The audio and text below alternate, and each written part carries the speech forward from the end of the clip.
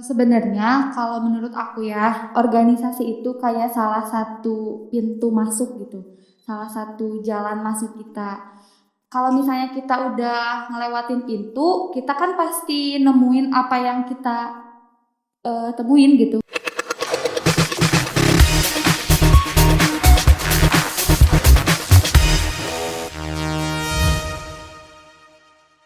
Oke, Assalamualaikum warahmatullahi wabarakatuh. Apa kabar sahabat UPM?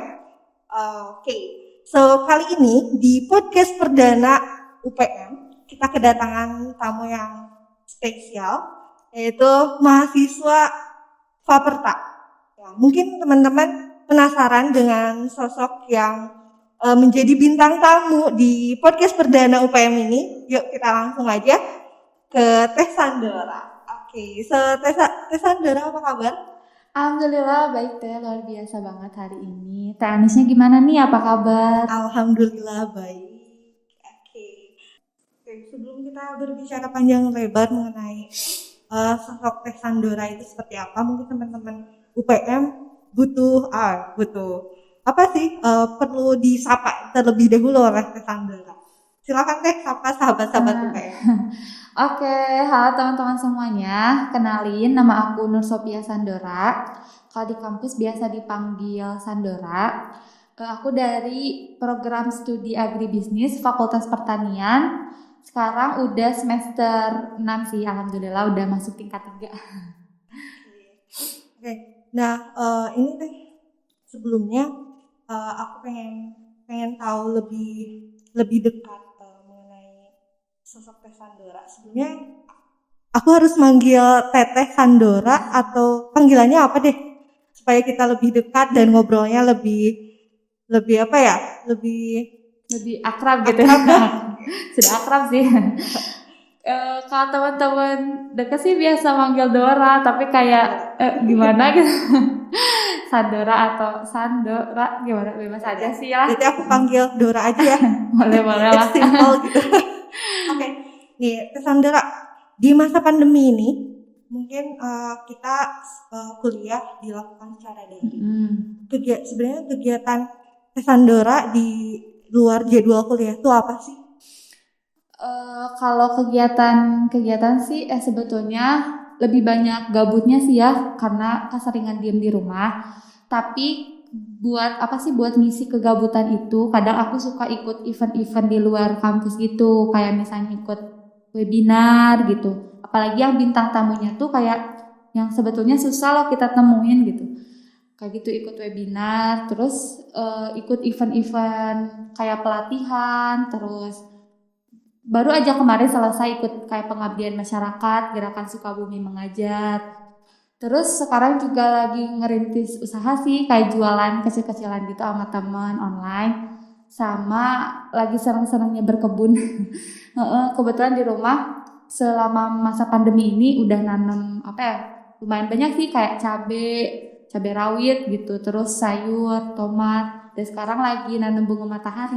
Wah, luar biasa ya, kegiatannya sangat produktif sekali. Mungkin teman-teman ini bisa menjadi sebuah contoh bagi kita ya. Kegiatannya luar biasa produktif, selain apa, untuk mengisi mungkin ya, untuk mengisi kegabutan di luar jadwal kuliah, benar-benar kegiatannya luar biasa. Oke, nah selain dari kegiatan yang tadi Teteh udah sebutkan, Teteh kan ini ya aktif di organisasi kampus, dan untuk saat ini Teteh mengemban amanah sebagai wakil wali kota Himagri, betul? Iya, alhamdulillah. Selamat. Oke, nah untuk wakil wali kota Himagri itu berarti untuk periode 2021-2021. Luar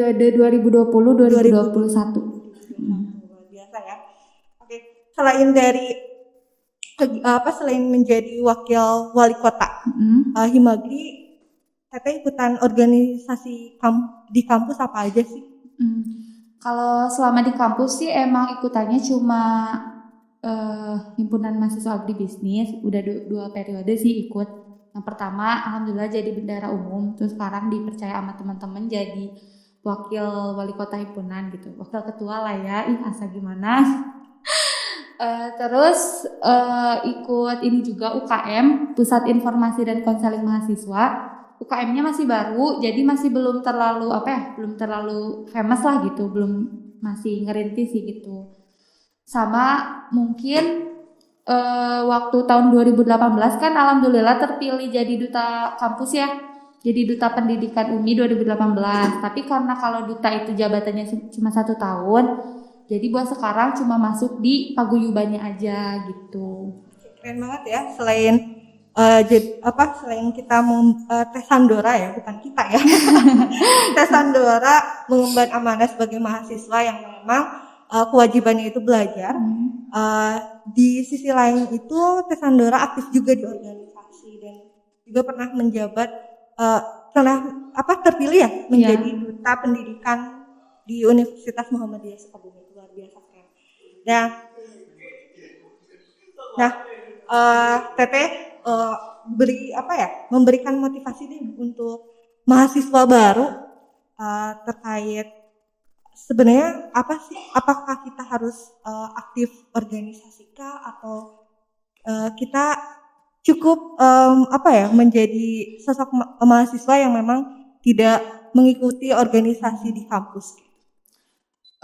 Sebenarnya kalau menurut aku ya, organisasi itu kayak salah satu pintu masuk gitu, salah satu jalan masuk kita. Kalau misalnya kita udah ngelewatin pintu, kita kan pasti nemuin apa yang kita temuin gitu. Kayak misalnya tujuan kita mau ke kamar, berarti kita buka pintu masuk kamar. Di kamar ada hal-hal yang kita butuhkan, kayak gitu kan. Nah, menurut aku organisasi juga sama kayak gitu teh. Jadi pas organisasi itu kayak pintu jalan masuk kita. Nah, di dalam pintu yang kita masukin itu ada apa sih? Kalau menurut aku itu ada di organisasi. Kayak kita bisa dapat pengalaman, terus kita bisa dapat relasi, sama yang penting seneng sih. Kalau misalnya pada dasarnya udah terpaksa mau ngejalanin, mau organisasinya sehebat apapun, sebagus apapun, kalau kita ngejalaninnya nggak seneng, buat apa gitu. Jadi poin utamanya sih karena harus seneng lah gitu, harus suka dulu. Nah, terus kalau terkait untuk mahasiswa yang mau jadi kupu-kupu atau kura-kura yang kayak gitu-gitu, sebetulnya itu pilihan. Karena tadi organisasi itu pintu, berarti kan ada banyak pintu yang lain tuh. Kalau misalnya kalau misalnya pintu yang aku pilih itu organisasi, mungkin teman-teman yang kupu-kupu yang cuma di kampusnya kuliah pulang gitu atau cuma belajar aja, bisa pilih pintu yang lain. Yang penting apa? Yang penting soft skill dan life skill kita tuh terasah gitu, gimana pun caranya. Karena menurut aku soft skill aku tuh bisa terasah di organisasi, jadi ya udah aku masukin pintu organisasi. Kalau misalnya yang lain punya pintu yang lain ya bebas gitu.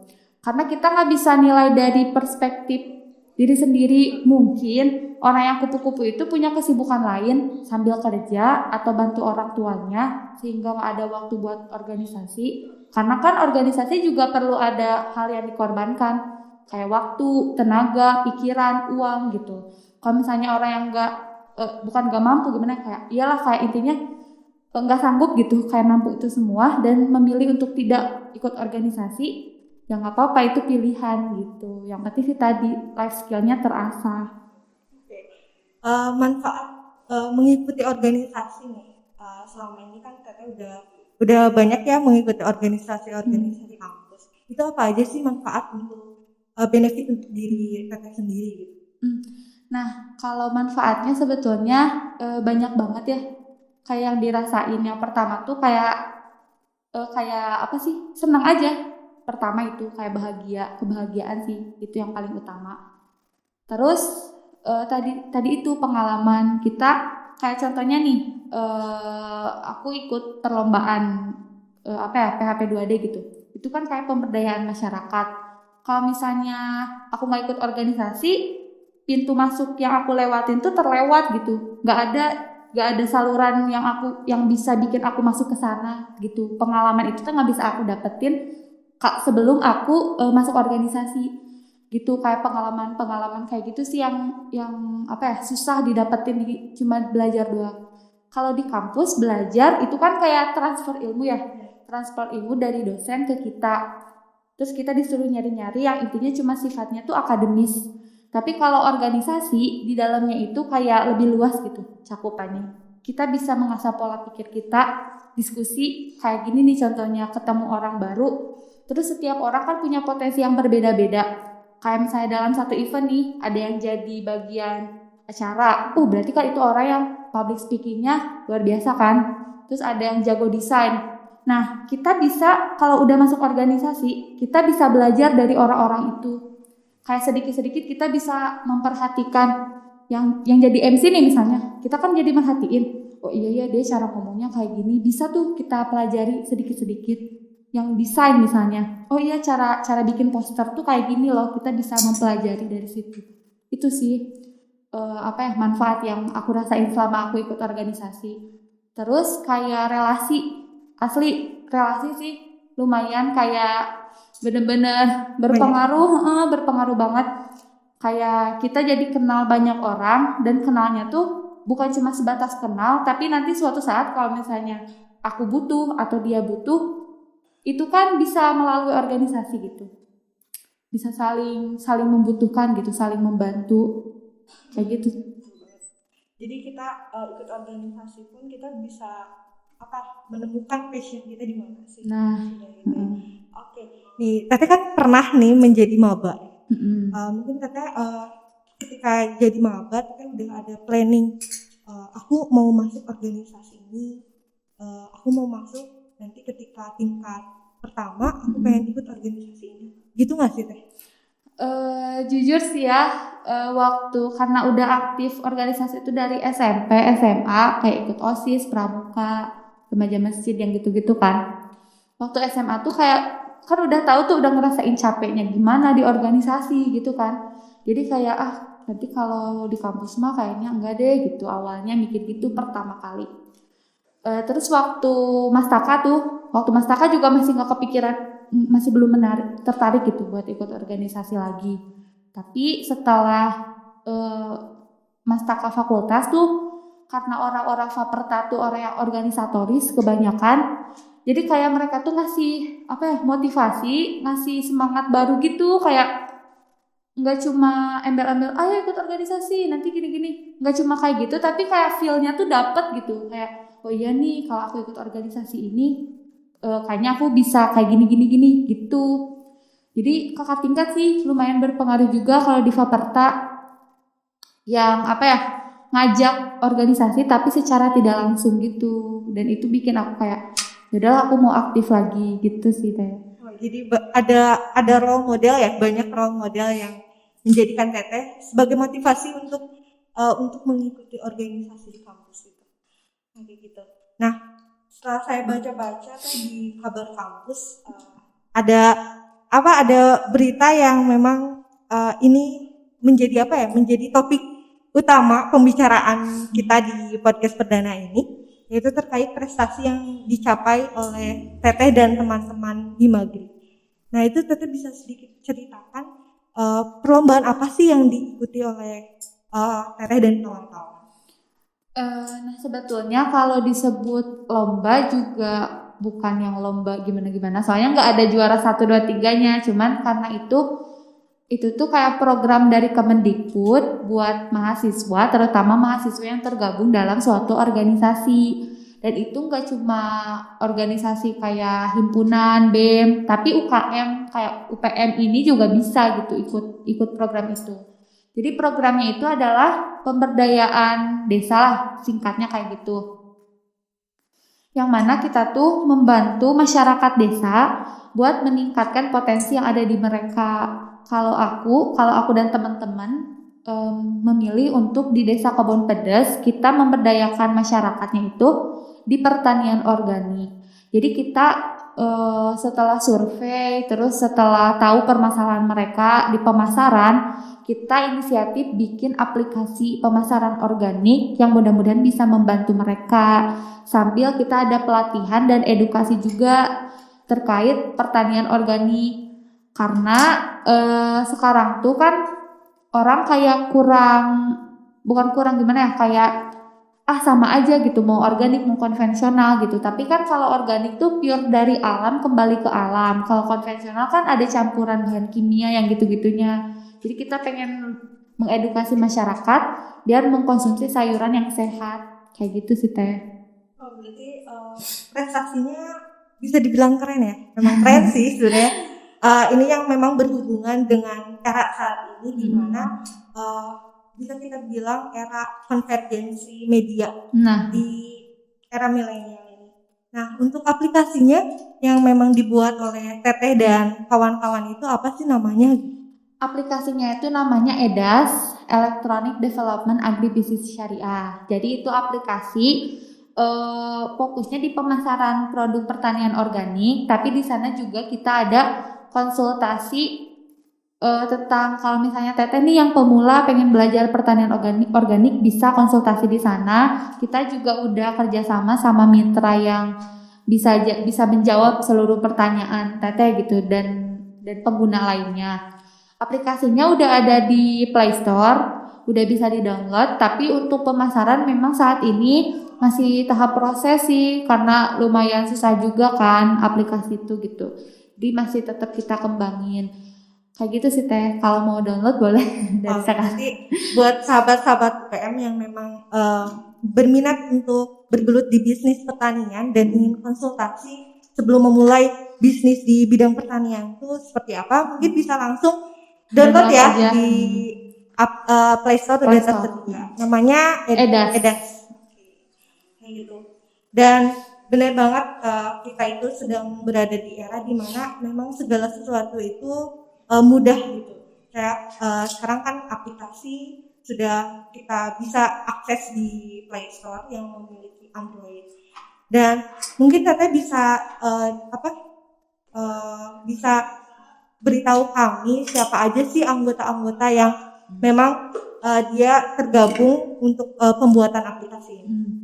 Jadi kalau untuk anggota tim PHP 2D-nya sendiri itu ada 9 orang. Ketuanya tuh ada Sandi, terus sekretarisnya ada Putri dan bendaharanya tuh aku gitu, Sandora. Terus ada anggota yang lain ada Yogi, ada Iip, ada Lindi, ada Dikri, Yusuf, sama Andira Kava. Itu sih anggotanya. Terus kita juga punya pembimbing gitu. Ada Ibu Neneng Kartikarini, ada Ibu Dr. Amalia Nurmila, sama kita ada kerjasama sama program teknik informatika itu ada Pak Asril yang ngebantu kita bikin aplikasinya. Terus kita juga ada mitra dengan Rumahku Hijau, itu kayak pelopor pertanian organik di Sukabumi lah termasuk. Sama kita kerjasama dengan BUMDes Desa Kebon Pedes dan masyarakat Kebon Pedes tentunya. Untuk pelaksanaan pembuatan EDAS itu sendiri dari kapan? Kalau misalnya programnya itu kalau tidak salah kita daftarnya udah dari tahun yang lalu sih sebetulnya, karena kan ini kebanyakan anggota Himagri yang periode sebelumnya ya, bukan periode tahun ini gitu. Kita mulai start pendanaan itu di bulan Agustus. Kita Agustus sudah mulai pelatihan bareng ibu-ibu, bapak-bapak KWT, BUMDes yang ada di Kebon Pedes, pelatihan selama kurang lebih 3 bulanan lah, 3 bulan. Itu sambil kita ngerancang aplikasinya juga dibantu sama Pak Asril tadi gitu. Kalau misalnya kegiatannya itu kurang lebih 6 bulan dan berakhir sebetulnya kemarin di bulan Desember udah pelaporan akhir. Udah tutup buku juga, udah penutupan lah istilahnya gitu. Udah selesai sebetulnya kalau dengan urusan sama Kemendikbudnya.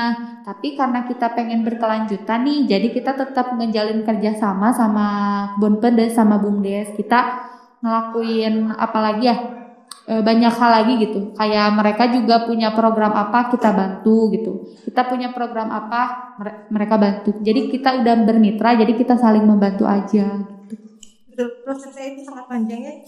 Jadi kalau untuk pembuatan aplikasinya itu memakan waktu banyak, itu berapa bulan atau berapa minggu kan?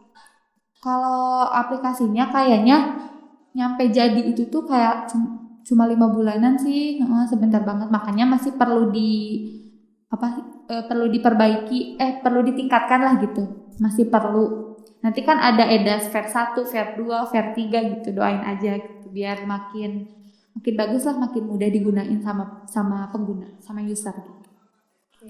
Nah, berarti betul banget ya tuntunan kita sebagai kaum muda memang untuk menghadapi perubahan zaman itu kita harus kreatif dan juga mobilitas kita harus tinggi ya. Dan supaya kita tidak tergerus oleh zaman, berarti otomatis bagaimana caranya kita harus memikirkan sebuah solusi dalam menghadapi sebuah permasalahan zaman ini.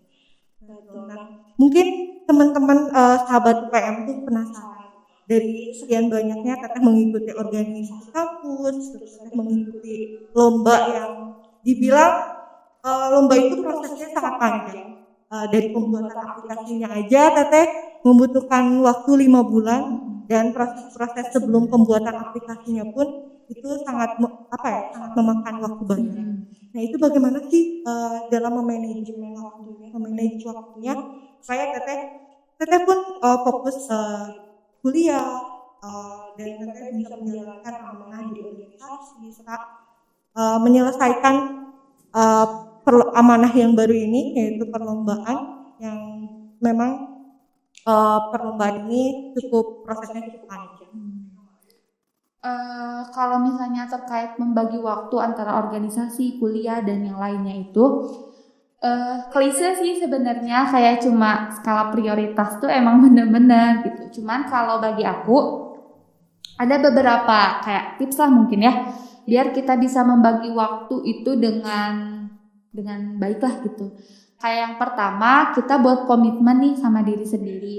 Kayak kita mau fokus di mana aja, meskipun kita banyak nih organisasinya misalnya, tapi kita harus fokus di mana gitu. Kayak kita punya komitmen nih sama diri sendiri, kayaknya aku bakal fokus di sini aja gitu. Sisanya berarti bukan melewatkan, tapi kayak fokusnya tuh satu gitu. Nah, itu yang pertama, buat komitmen sama diri sendiri gitu. Terus yang kedua, cara membagi waktunya itu dengan, kalau aku sih dengan dicatat. Jadi kayak setiap ada undangan atau setiap ada rencana mau pergi kemana, mau ngadain apa, itu dicatat di kalender gitu. Kebetulan karena aku juga tipe yang pelupa gitu, jadi kayak itu tuh sangat membantu.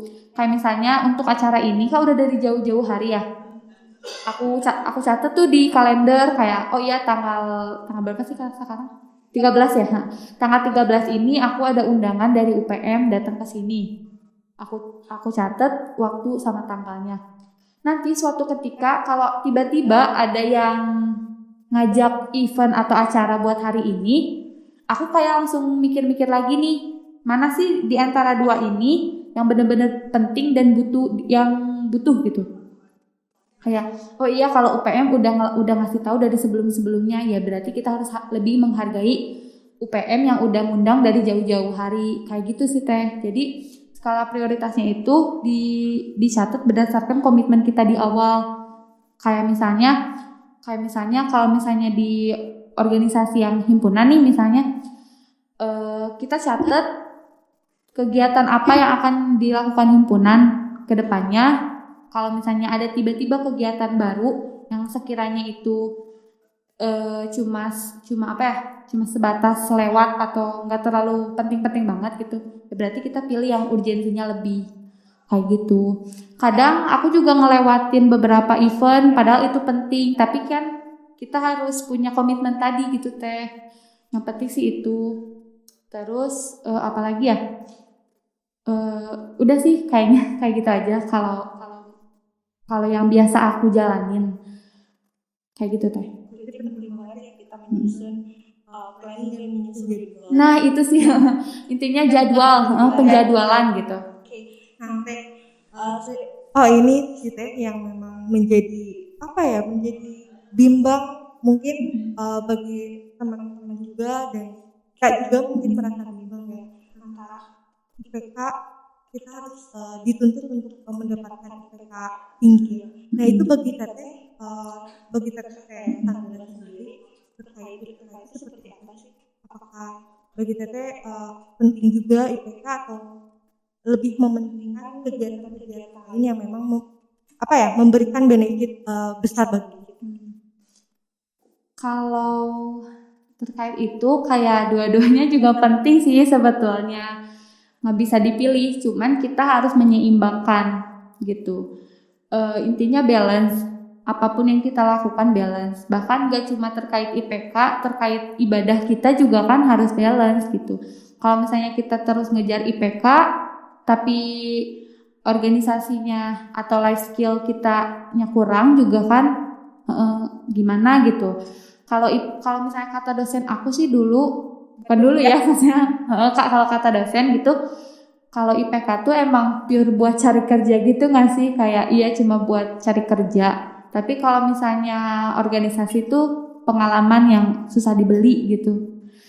Jadi kalau aku pilih dua-duanya karena kan nanti kedepannya juga ya aku juga pengen lah kerja di perusahaan besar gitu kan, tapi buat apa kerja di perusahaan besar kalau kita skillnya kurang gitu. Jadi kayak kalau misalnya kurang juga ya malu-maluin juga, kayak ya apa ini mana modal IPK kayak gitu tapi nggak ada gitu.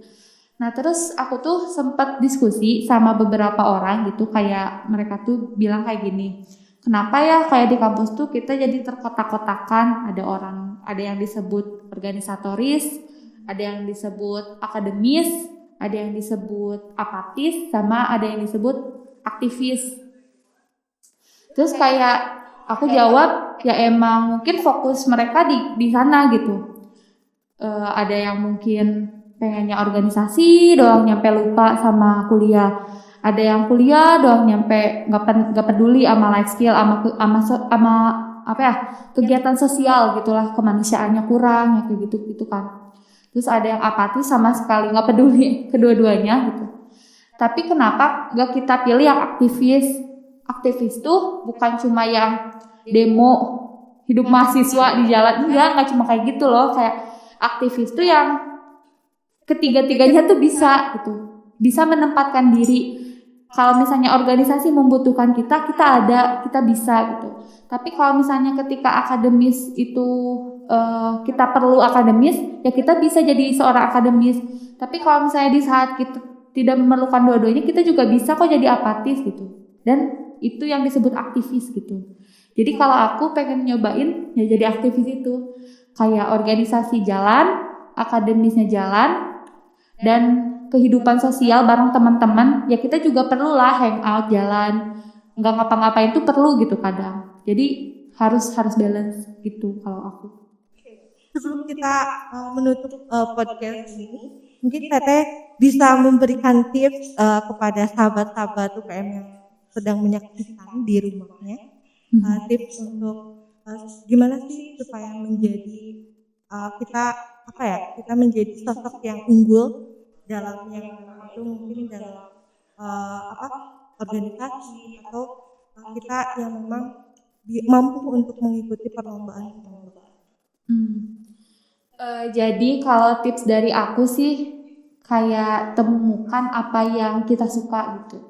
Kayak aku lebih suka di pemberdayaan masyarakat. Jadi aku cari hal-hal yang berbau dengan kegiatan sosial dan pemberdayaan masyarakat biar aku karena suka kan gitu. Jadi kalau misalnya belum nemuin apa yang disuka ya cari gitu. Tapi biasanya hal yang kita cari itu adanya biasanya di organisasi gitu. Tapi kalaupun yang memang gak tertarik sama organisasi ya jangan dipaksain.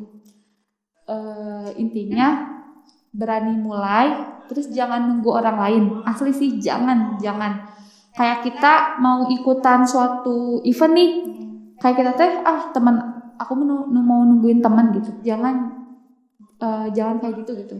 Karena yang perlu dan butuh sama event itu tuh diri kita sendiri. Teman kita tuh kayak cuma nemenin doang. Nanti juga kalau misalnya udah datang ke eventnya atau gimana, kita pasti nemuin kok teman-teman yang baru yang lebih sefrekuensi gitu. Intinya jangan nunggu orang lain, terus mulai aja gitu. Karena kan jarak 1000 meter itu dimulai dari satu langkah. Jadi ya, ayo kita sama-sama belajar, sama-sama melangkah gitu sedikit demi sedikit. Sebenarnya ini motivasi buat diri sendiri juga sih.